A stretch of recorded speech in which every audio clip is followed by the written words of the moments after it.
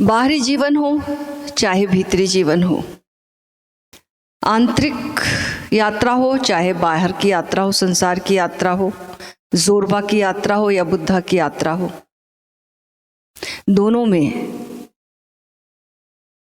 एक चीज बहुत आवश्यक है, वो है संकल्प। संकल्प के बिना कोई यात्रा नहीं होती।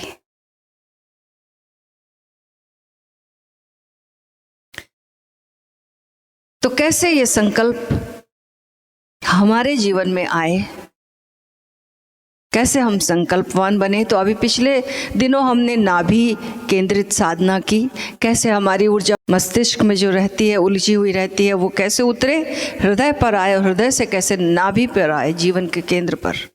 यहां से सद्गुरु ओशो ने इसे संकल्प का केंद्र भी बताया है और आज्ञा चक्र को भी संकल्प का केंद्र बताया है।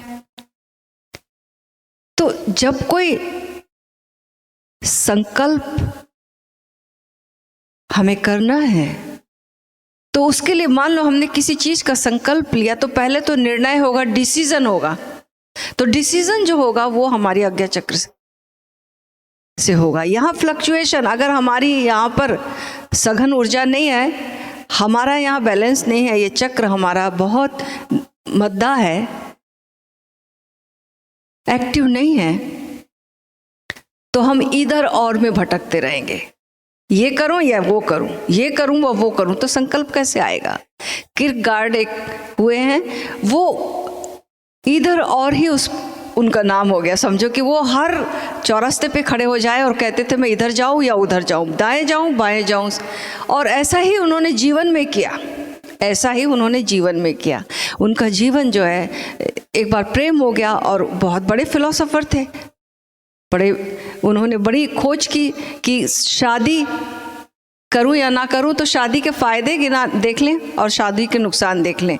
वो खोजते खोजते खोजते दोनों जब एक निर्णय पर जब पहुंचे कि बराबर ही हैं, तो उसे लगा कि क्यों ना शादी कर ली जाए। और जब वो पहुंचते हैं जिससे प्रेम करते थे वहां पर प्रस्ताव लेकर, तो जब दरवाजा खटखटाया तो जो व्यक्ति बाहर आया, उससे उन्होंने पूछा उसका नाम, अपनी प्रेमिका कहाँ पर है।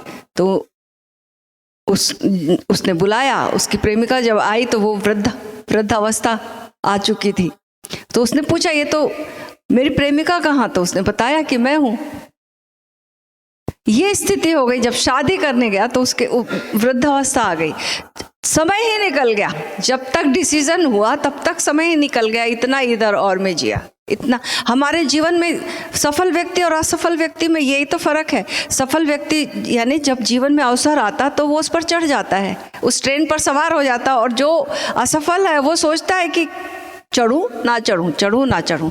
तो हमारे जीवन में अगर हमें समृद्धि लानी है, बाहरी और भीतरी, तो उसके लिए एक सबसे आवश्यक स्टेप है संकल्प। और संकल्प के लिए पहला स्टेप जो है, हम किसी चीज का निर्णय लेंगे कि इसमें संकल्प लेना, तो वो डिसीजन मेकिंग जो है वो तीसरे नेत्र से है।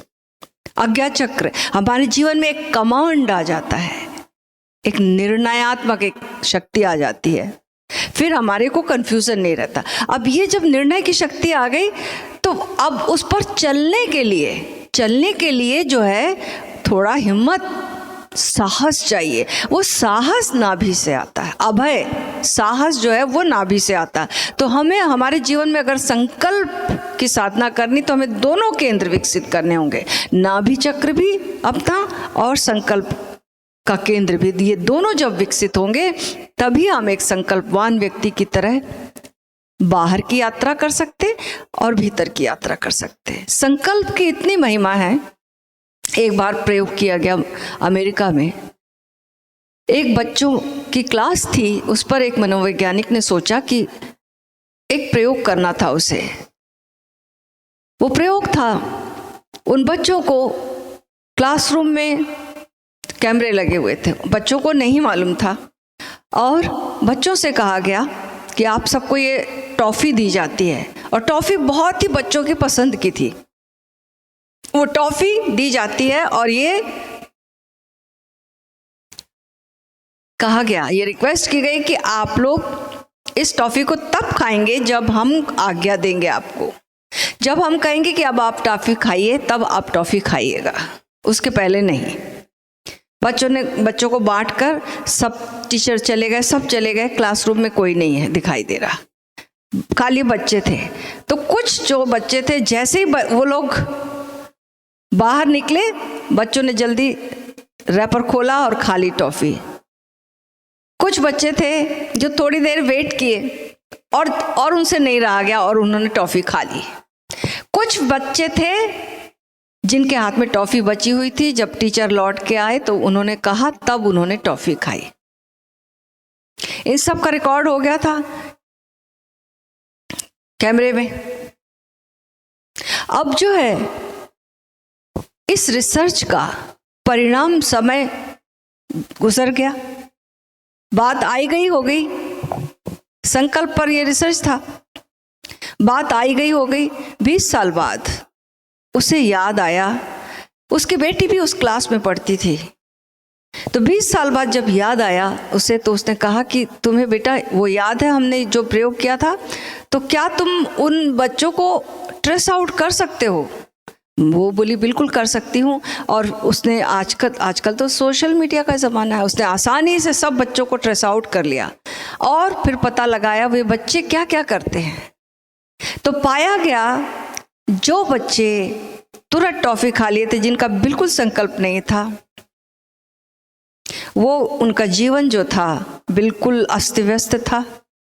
उनके जीवन में कोई संबंध अच्छे नहीं थे, परिवार अच्छा नहीं था, गरीबी थी, अच्छी पोस्ट नहीं थी, और परिवार भी अच्छा नहीं था, और बाहर भी संबंध अच्छे नहीं थे, और गरीब भी थे। दूसरे जो बच्चे थे, और ये बच्चे, इनमें दोनों प्रकार के बच्चे थे, जिनको कि क्लास में हायर मार्क्स भी मिलते थे, उनकी IQ अच्छी थी, बुद्धि ठीक थी, लेकिन संकल्प नहीं था, तो बात नहीं बनी, जीवन सही नहीं हुआ। और ये जो बच्चे थे दूसरे, इनमें भी दोनों प्रकार के बच्चे थे। ये जो संकल्प वाले थे, जिन्होंने टाइम तक वेट किया, जब तक कि उनको परमिशन ना मिले खाने की, तब तक वेट किया था उन्होंने, उनका संकल्प तेज था। लेकिन इनमें भी दोनों प्रकार के बच्चे थे, कुछ होशियार बच्चे थे, कुछ नॉर्मल थे, कुछ उतने बुद्धिमान नहीं थे, लेकिन संकल्पवान थे। तो उनकी स्टडी अच्छी हुई, इनको मार्क्स अच्छे नहीं मिले थे जीवन में, IQ उतना नहीं था तो भी, पर उनको उनके जीवन में वो अच्छी पोस्ट पर थे, उनके संबंध अच्छे थे, उनका परिवार अच्छा था, वो ज्यादा स्वस्थ थे, उनके जीवन में एक लयबद्धता थी, अच्छा जीवन जी रहे थे, सफल जीवन जी रहे थे। तो इससे, इस प्रयोग से ये पता चला कि आपके पास बुद्धि है और संकल्प नहीं है तो बात नहीं बनने वाली। बाहर की दुनिया में आप असफल रहोगे, एज वेल एज आप भीतर की दुनिया में भी असफल रहोगे, भीतर। और दूसरी बात यह है कि संकल्प यदि है और बुद्धि कम भी है तो कोई बात नहीं, क्योंकि ये प्रयोग ने बता दिया कि संकल्पवान जो है अपनी यात्रा पूरी कर लेता है, अपने लक्ष्य को पा लेता है।